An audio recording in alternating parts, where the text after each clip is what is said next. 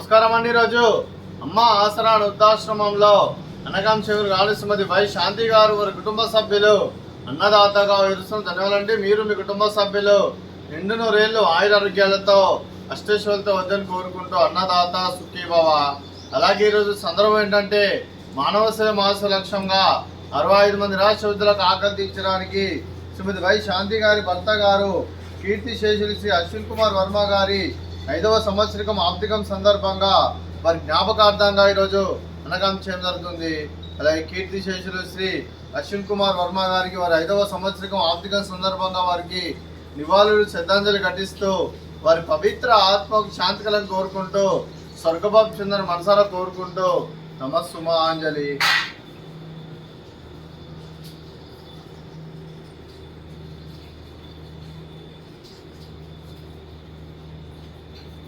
కీర్తి శేషులు శ్రీ అశ్విన్ కుమార్ వర్మ గారికి వారి 5వ సంవత్సరం ఆబ్దికం సందర్భంగా వారి జ్ఞాపకార్థంగా వారికి నైవేద్యం సమర్పించడం జరిగింది. అలాగే వారి గురించి ఒక 2 మాటలు అండి.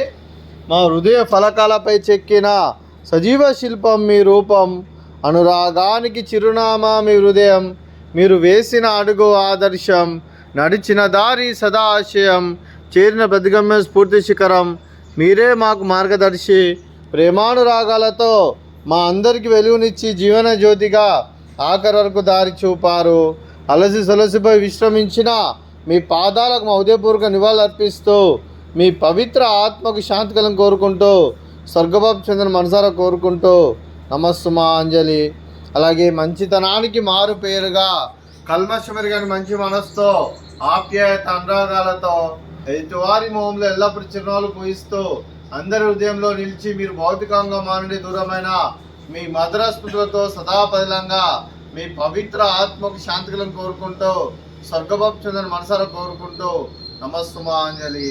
అలాగే కుటుంబ సభ్యులైన శ్రీమతి వై శాంతి గారికి, చిరంజీవి కౌశిక్ కుమార్ వర్మ గారికి, చిరంజీవి కీర్తన వర్మ గారికి దీర్ఘాయుష్మాన్ భవ.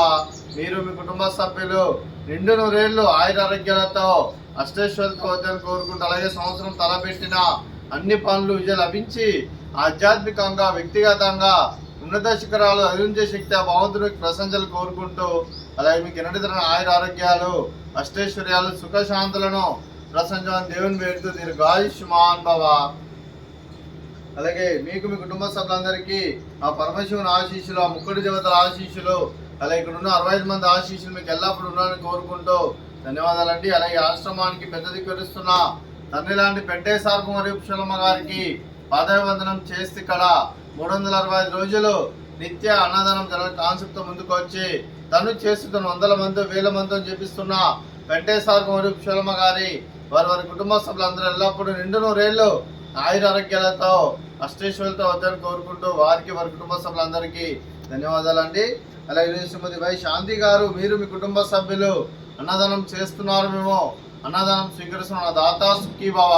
అలాగే ఈరోజు అన్నం చేస్తున్న వంటకాలు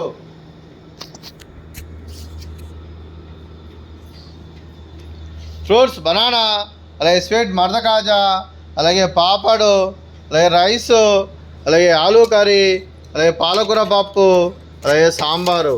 అన్నదాత సుఖీభవ, అన్నదాత అన్నదాత సుఖీభవ సుఖీభవ సుఖీభవ సుఖీభవ.